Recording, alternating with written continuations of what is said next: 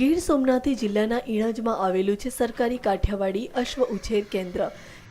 પરંતુ કાઠિયાવાડી અશ્વોની પ્રખ્યાત અને જાણીતી બનેલી પ્રજાતિઓને ટકાવી રાખવામાં અને તેના સંવર્ધનમાં મેનેજમેન્ટની બહુ મોટી ઉણપ વર્તાઈ રહી હોય તેવો આક્ષેપ અશ્વપ્રેમીઓએ કર્યો છે।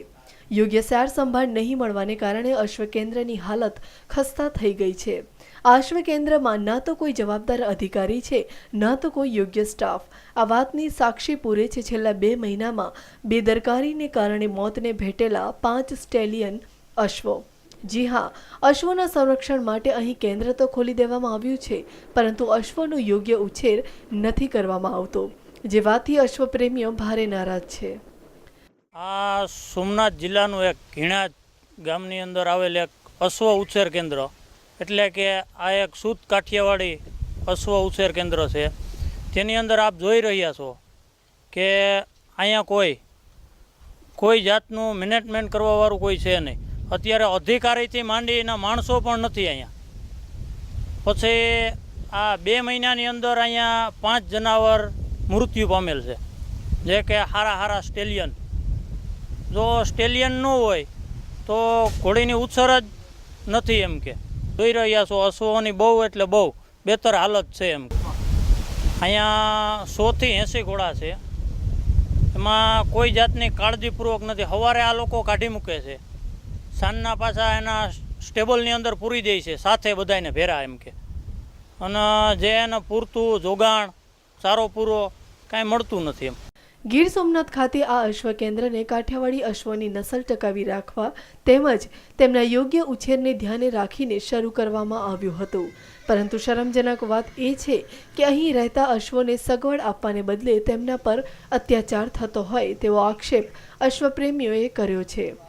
માત્ર આટલું જ નહીં, પરંતુ આ અશ્વ કેન્દ્રની ઓફિસો જોઈને જ તમે જાણી જશો કે આ ઓફિસો એવી લાગે છે કે જાણે તેને વર્ષોથી ખોલવામાં જ નથી આવી।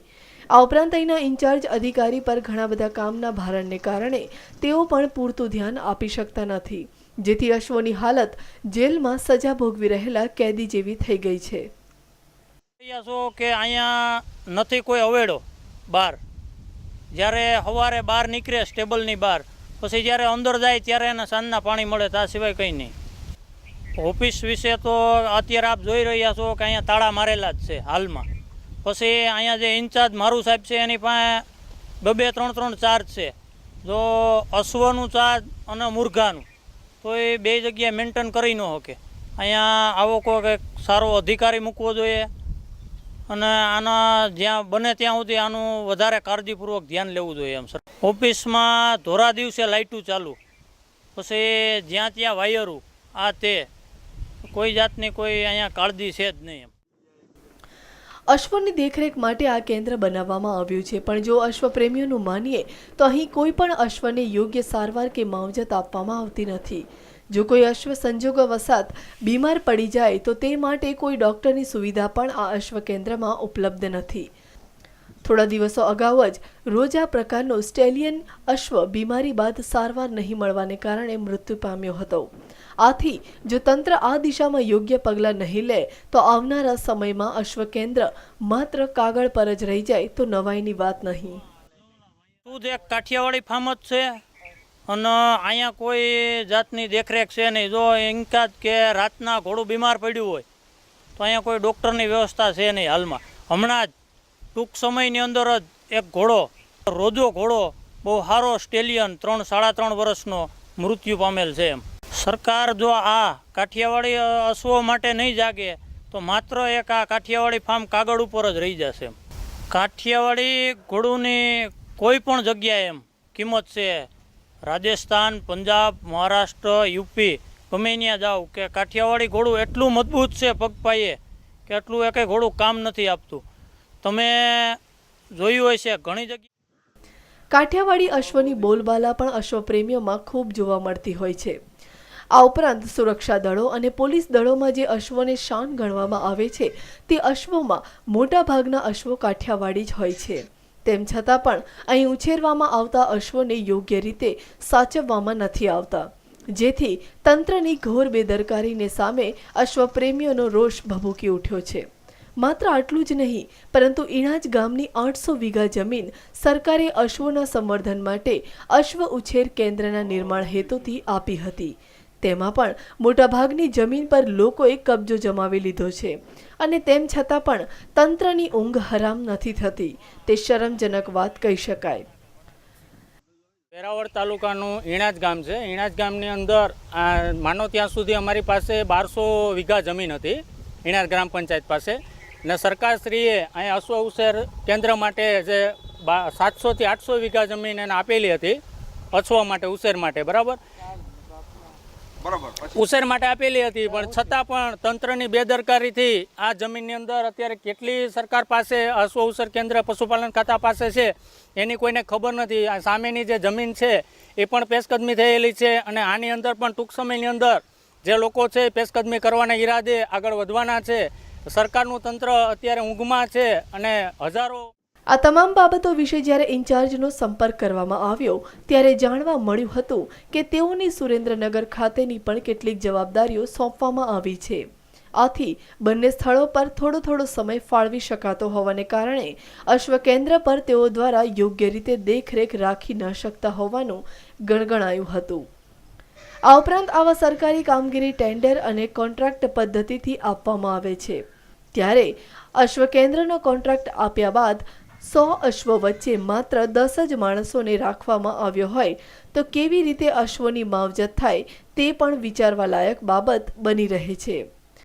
મેડિકલ કોલેજ થતાં ત્યાંના જે અશ્વો છે એ અહીંયા ઈણાજ મુકામે ટ્રાન્સફર થયા છે અને 80 ઘોડાઓ હતા. ત્યાર પછી હરાજીની પ્રક્રિયા થઈ. એ અત્યારે હાલમાં 64 અશ્વો છે અને આ અશ્વો માટે રૂટીન આપણે જે કામગીરી કરતા હોય તો એના જે રાશન છે ચણા જવ એનું ઓનલાઈનથી ટેન્ડરિંગ કરી અને એની ખરીદી કરીએ છીએ. પછી લીલા ચારાનો એ વર્ષનો કોન્ટ્રાક્ટ આપીએ છીએ અને સૂકા ચારાનો પણ વર્ષનો કોન્ટ્રાક્ટ આપીએ છીએ. પછી જે એની અંદર 10 માણસો કામ કરવાવાળા છે, જે લાલન પાલન સારવાર માવજત કરવાવાળા 10 માણસો છે, એનો પણ અમે દર વર્ષે કોન્ટ્રાક્ટ આપતા હોઈએ છીએ અને એ રીતે આ ફાર્મની રૂટીન કામગીરીઓ કરતા હોઈએ છીએ.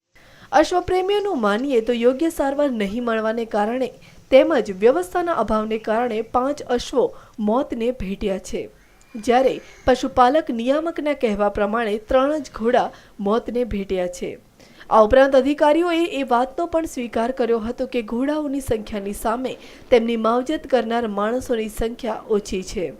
ત્યારે આ અશ્વ કેન્દ્રમાં 100 જેટલા અશ્વ ભગવાન ભરોસે જ જીવી રહ્યા છે તેમ કહીએ તો કદાચ અતિશયોક્તિ નહીં ગણાય.